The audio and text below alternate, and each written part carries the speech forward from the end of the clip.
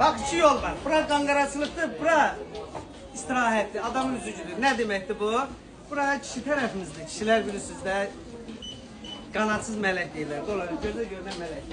Bu tərəfdə kişi cemləmiş, Sumqayıtda. Bu tərəfdə 50% endirimdədir. Bax, hər yerdə zərər vururlar, burada da zərər vururlar. İndi gəl bəl. Bax, oradan bir çimat xeyrim var, buradan amma ziyanım var.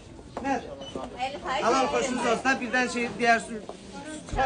Aşağı stenddə gördüyünüz Sumqayıtda 50% endirim var. 50% endirimdədir. Nə gördünüz? Bax, gəl bura. Bax, misal üçün. Bu nədir? 9-dursa 4.50. Ay Allah, getdi. O şiarı qiymət. Bax, bunlar nədir? Bax, bu tulumlar deyirsiniz, düşüb 10 manata.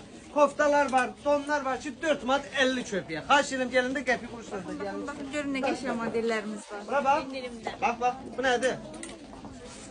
19 manatsa neçəyə düşürə bu? 9 manat 50 qəpiyə, bax, dona bax. Fakt bu elə, bax, bu dəqiqə Sumqayıtda 25 manatdır. Elə nümunə kimi göstərirəm, ha.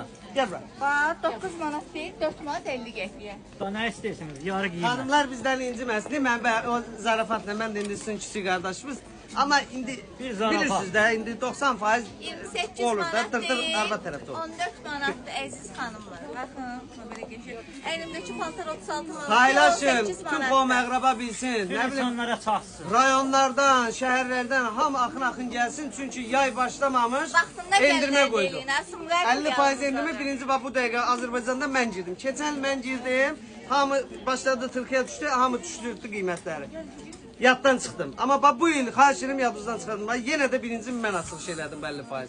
Xidmətinizdəyəm, amma yaxşı malları. Ha, Hər yaxşı. kəsi gözləyir. Nə deyir bu? Qiymətə aşağı salacaq. Ora saldıqsan bizi salacaq.